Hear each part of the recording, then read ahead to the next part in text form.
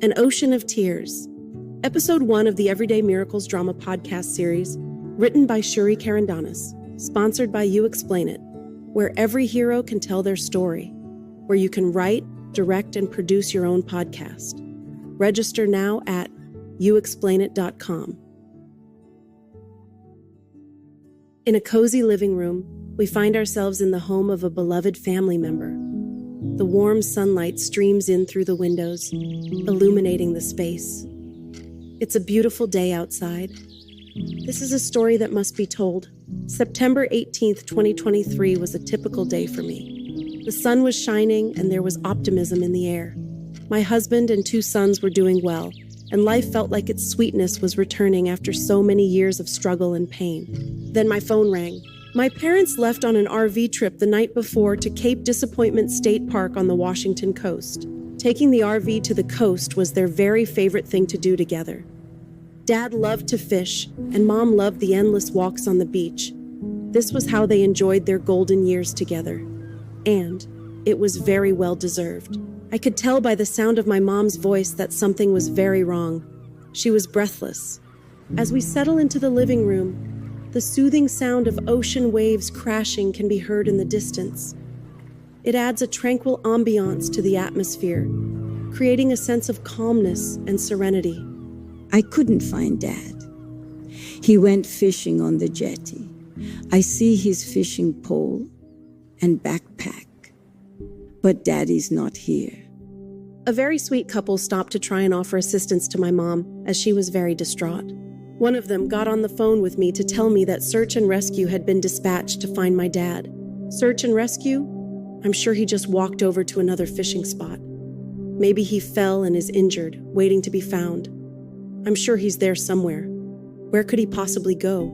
The Good Samaritan took a moment to reiterate their words to me, emphasizing the importance of their message. Your dad has been missing for a couple of hours now. The boats and helicopters are out, searching the ocean for him.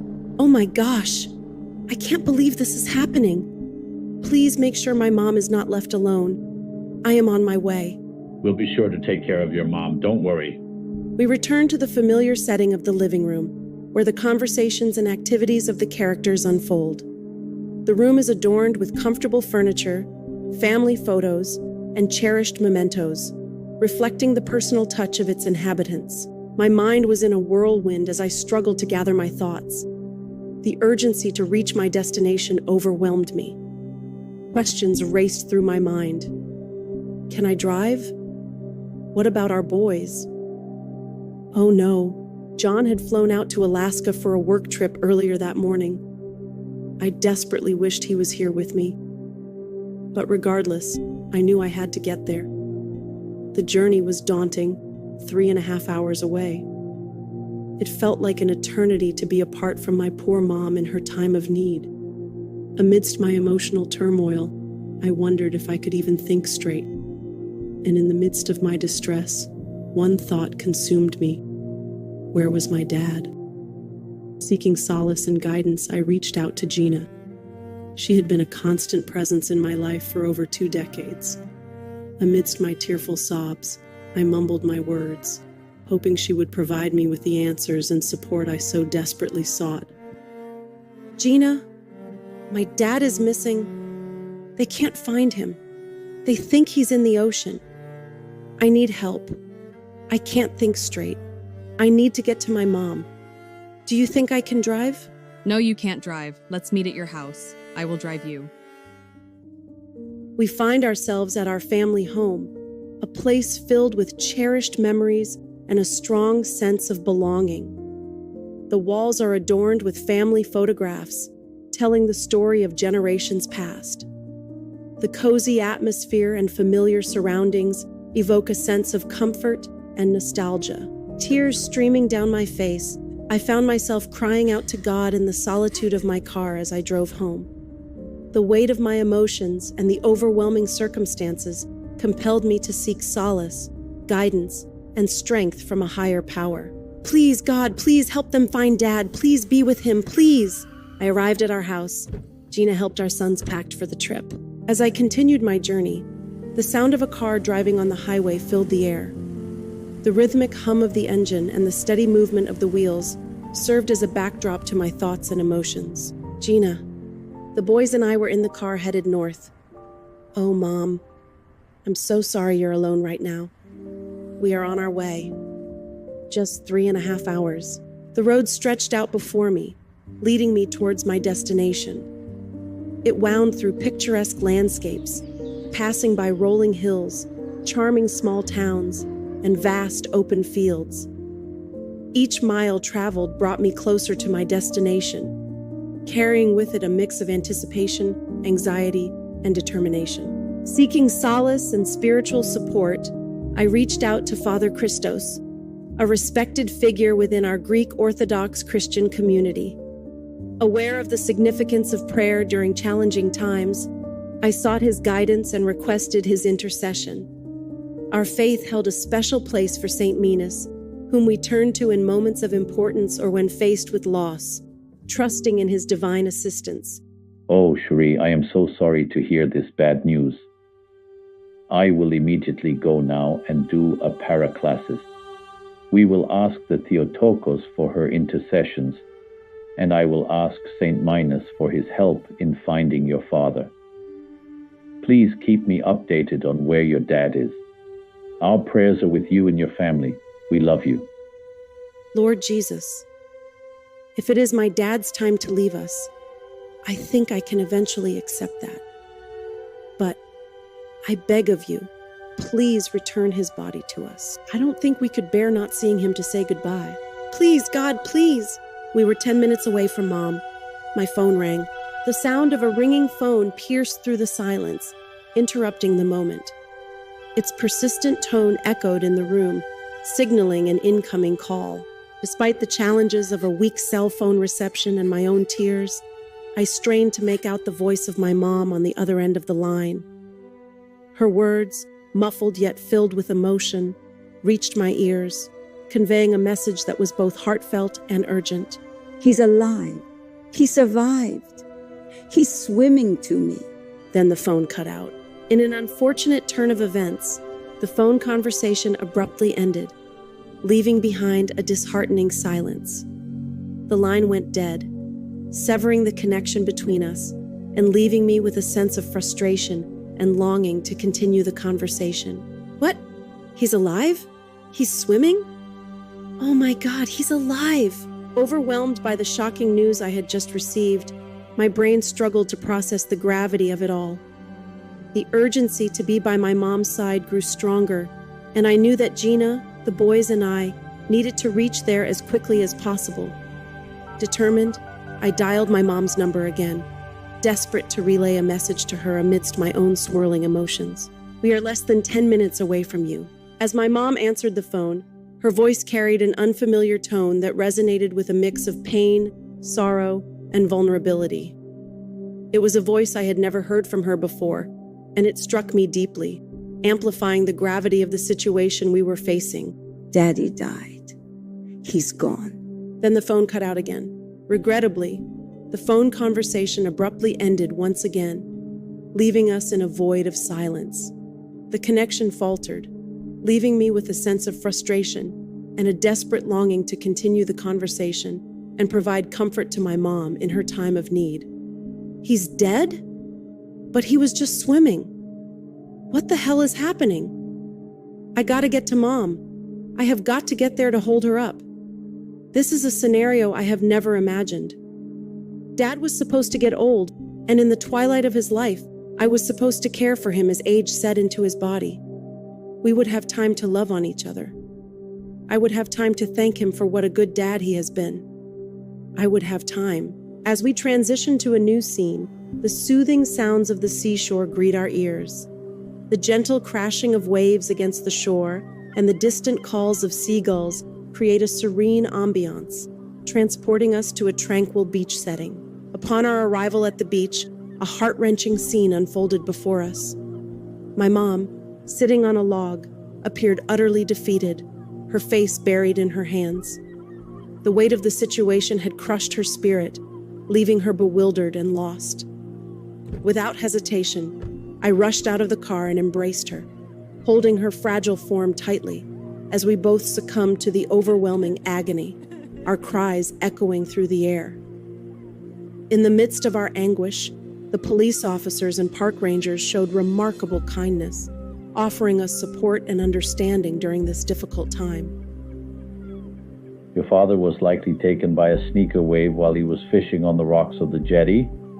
The forecast was supposed to be pretty good today, but the waves started up and what were supposed to be small swells of 1 to 2 feet ended up being 16-foot swells. The coroner and paramedics allowed us to see my dad before they took him away. They did advise against it, as he had suffered trauma. But I reassured them that I would be able to handle it, and that not seeing him was not an option for me. We find ourselves in a hotel room, a temporary sanctuary amidst the chaos and uncertainty.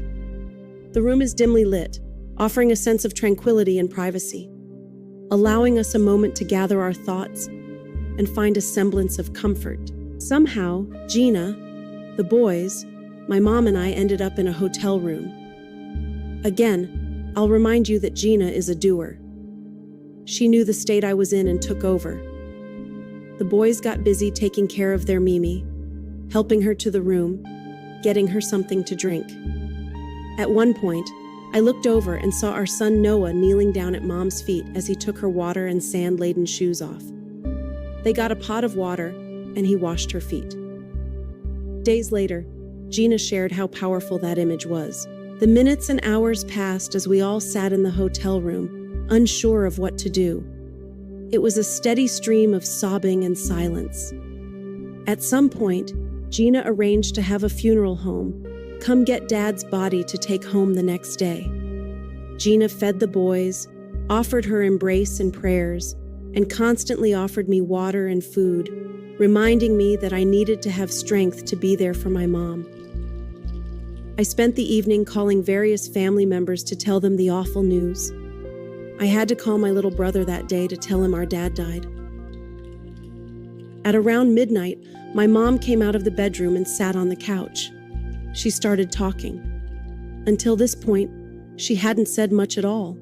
She was in shock. Her body was weak with the first giant waves of grief. She relayed the following story in a monotone and weak voice. They were searching for Daddy for many hours. Then they said they had to stop. Daddy was gone and lost in the ocean. The police officers tried to get me to leave the beach because I was out there all day, and they were concerned that I was cold.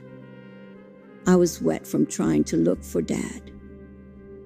I followed the police back to the RV and sat on a log as I waited for you to arrive.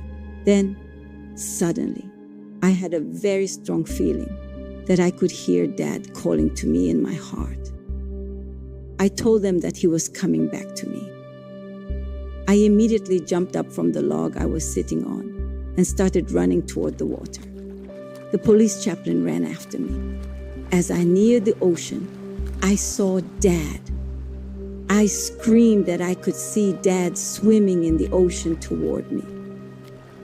I ran into the water to get to him, but the police chaplain pulled me back because the ocean was very rough that day. He told me to stay on the beach, and he would go help Dad. I thought Dad was swimming to me. I thought he had somehow survived and was swimming back to me. He had on a big black coat that morning, and I thought I could see him swimming with his coat on. But when the chaplain pulled Dad's body out of the water, Dad was completely nude. He did not have his coat on. It was then that I realized that the black covering his arms were 2 sea lions. They must have swam his body back to the beach. Daddy came back to me. I knew he would. He was calling to me in my heart. I knew he would come back to me. Her voice trailed off, fading into the depths of her grief as she retreated within herself. We sat there in stunned silence, trying to process the words she had just uttered. Did she really say that 2 sea lions had brought Dad's body back to us? The events of that day had already taken a toll on our psyche, with the roller coaster of emotions from uncertainty to hope to devastation. And now, this unexpected revelation about the creatures of the ocean returning her father's body left us bewildered and questioning the inexplicable forces at play. It was a moment that defied logic and challenged our understanding of the world around us. God, did you really do this for us? Did you really hear our requests? Do you really love us this much? In that moment, an overwhelming sense of divine love enveloped me.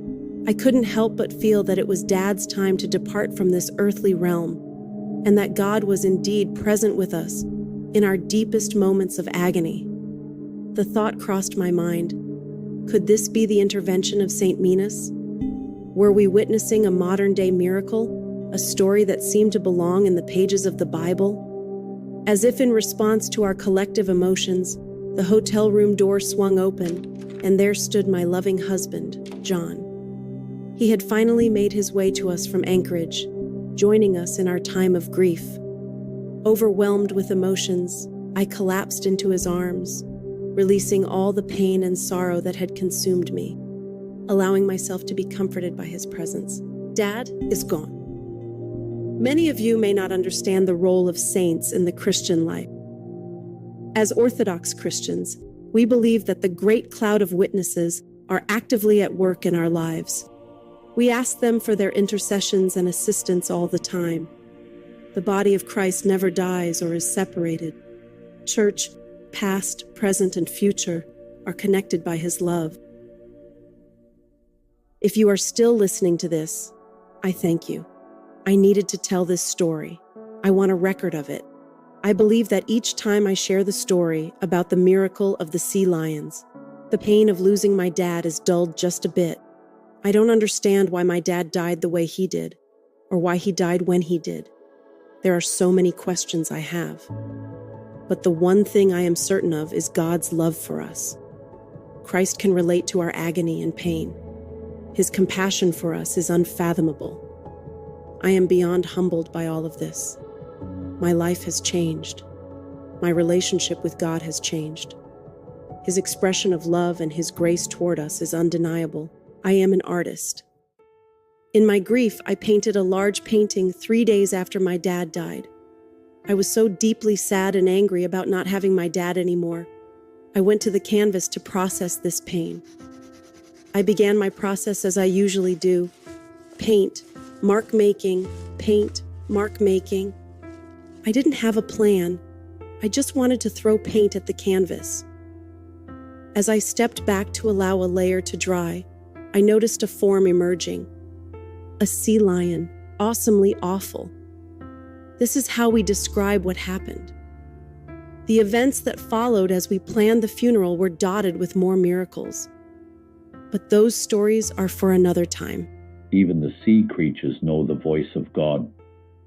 They obey Him and respond to His great love.